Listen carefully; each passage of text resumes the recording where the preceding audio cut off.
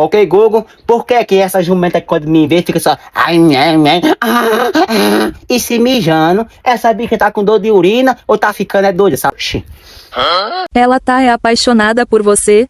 Doidinha pra namorar com você? Pois a doença dela não é dor de urina, é apenas paixão que ela sente por você. Agora cuide e vá corresponder o amor da coitada da jumenta. Eu não acredito não, Charlene.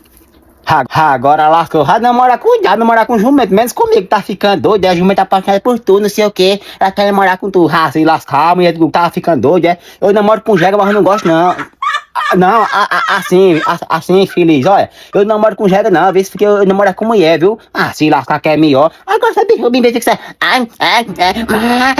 E se mijando, passar com dor de urina, tá ficando doido essa bexiga dessa jegue. Bora, embora, bora.